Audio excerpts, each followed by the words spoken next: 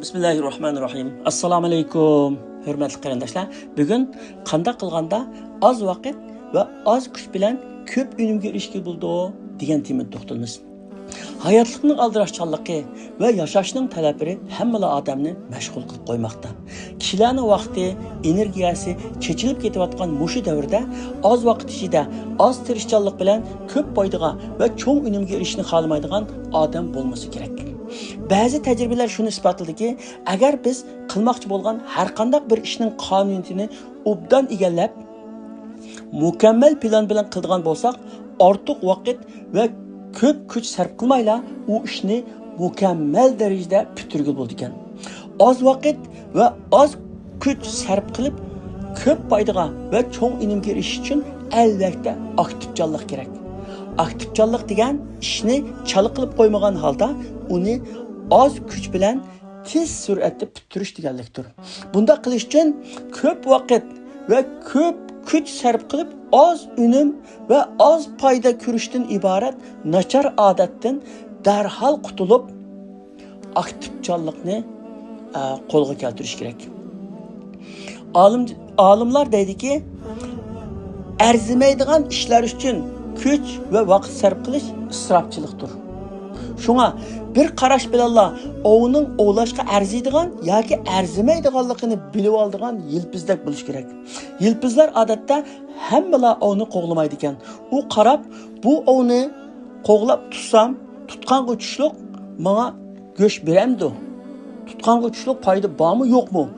Shuni bilib, shuningga qarab kuchini sarf qildi ekan. Bo'lmasa qo'g'lamaydi ekan.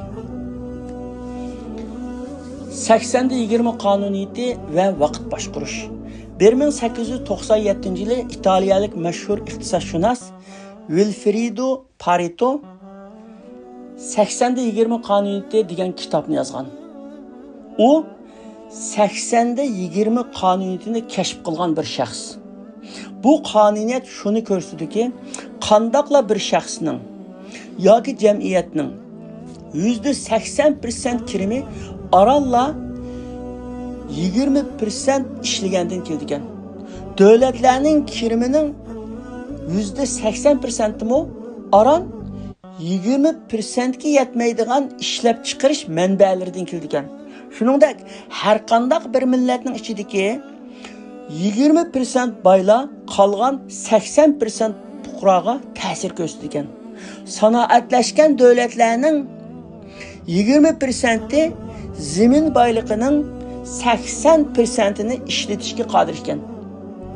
Yana xalqaro shirkatlardan 20%i bozor savdosini monopol qilishga qodir ekan. Dori shirkatlari, talla bozorlari deganga o'xshash. Mazkur kitobda bundaq deb yozilgan. 80-20 qonuniyatini har bir kishi o'z turmushida, o'z ishida va kasbida amaliyleştirdiğin bolsa, zaya bulup ketayotgan ko'p vaqtni va kuchini tejab qoladaydi. Normalda har qanday odamning %80% kirimi 20% dan ko'p kuch yoki vaqt sarf qilinmagan odatdagi ishlardan keladi. Bu deganlik sizning bir kecha kunduzdagi 24 soatingiz ichida bo'sh vaqtingiz intayin ko'p. Ahvol shunday turuqliq, nurg'un kishilar bo'sh vaqtimiz yo'q deb dardlanadi. Kimdan so'rasangiz vaqtim yo'q deydi. Ammo uning %80% vaqtining aqlli telefon, televizor, tugumas paranglar va ayg'ib üzülmagan mehmondorchilik bilan o'tib zoya bo'lib ketayotganligini ular hech his qilmaydi. O'ylab ko'radigan bo'lsak, biz kasbga yoki xizmatga va yoki qandaqla bir ishga atgan vaqtimizning ko'p qismida shu ish bilan shug'ullanmaymiz. Ya'ni u ish bilan bo'lmaymiz. Uniga faqat 20 yoki 30%lik vaqtimizni va kuchimizni ishlatamiz. Qolgan vaqtimiz quruq gap va behuda ishlar bilan o'tib ketadi. Agar siz oz vaqt ichida az jafo bilan muvaffaqiyat qozonmoqchi bo'lsangiz yoki faoliyat doirangizni kengaytirib, bo'sh vaqtlaringizdan to'liq foydalanmoqchi bo'lsangiz, hayotingizda 20%ning faoliyatchanligini oshiring va 80%ni uningga ergashtiring. Ya'ni 80%ni bu baka boshqa o'tkazmay, unimi planli holda foydalaning. Az jafo bilan ko'p unumga erishing. Mazkur kitobda yana mundaq deb yozilgan. Cho'ng foydalar jafolik ishlash va ko'p vaqt sarf qilishdan keladi deydigan qarash to'g'ri emas. Bu nazariya to'g'ri nazariya emas. Aksicha, cho'ng foydalar oz vaqt va oz kuch sarf qilib, planliq va izchil ish qilishdan keladi. Chunki planliq va izchil davomlashgan ishlar har zaman muvaffaqiyatli bo'ladi. Hayvonotlar dunyosiga qaraydigan bo'lsaqmi, yirtqichlar ovni oz vaqtda va oz kuch bilan ovlash uchun uni kuzatadi. Ba'zida ovni qo'g'lab etib, tuyuqsiz to'xtab qoldi va qo'g'lashni voz kechadi. Bu ovning bunchalik vaqt va kuch sarf qilishga arzigidek narsa emasligidan bo'ladi. Demak, yirtqichlarmi oz jafo bilan oz vaqt ichida cho'ng foyda olish uchun tirishadi. Pekir üzümni alsam, Qozog'istonda o'qituvchilik qilayotgan chog'larimda kunduzi 8 soat dars o'tgandan keyin oqshomlari uyda oz deganda 6 soat izlanish va yozish bilan shug'ullanardim.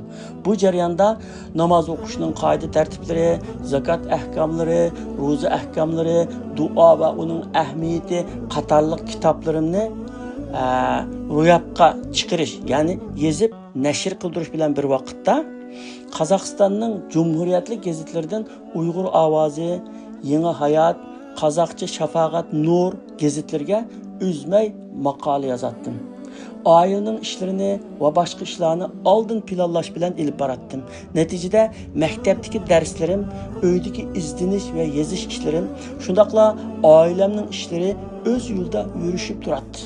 Keyin Saudiya Arabiston Xalqaro radiosi Turkiston bo'limida bo'lim boshlig'i va diktor bo'lib ishlagan kunlarimda Turkiston bo'limida men bilan ishlaydigan 20 kishining kundalik yo'qlamini elish, ishlarini tekshirish, kundalik xabar va programmalarni tayyorlab ovozga elish, anglitishga riyosatchilik qilish qatorli xizmatlarim 2 soatda tugaydi.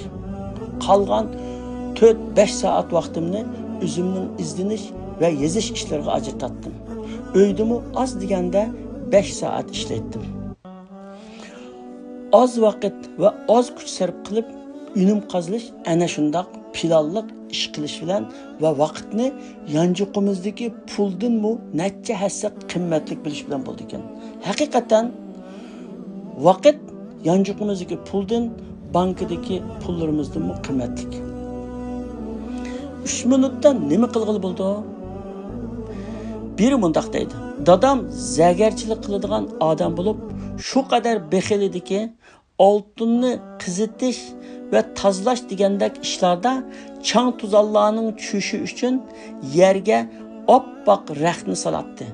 Ondan ish tugaganda putini ho'l qilib, raxtning ustiga takshi dastlab chiqardi. Rax ustiga tushgan oltin tuzallari dadamning putiga chaplishatdi. Ondan dadam ularni diqqat bilan yig'ib chiqardi.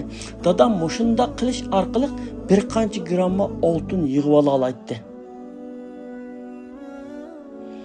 Bizning hayotimizda aşı oltin tuzallaridan qimmat bo'lgan minutlarimiz, soatlarimiz va kunlarimiz behuda o'tib ketadi. Hammamiz vaqtning qisliqi, ishimizning ko'pligidan dardlanamiz.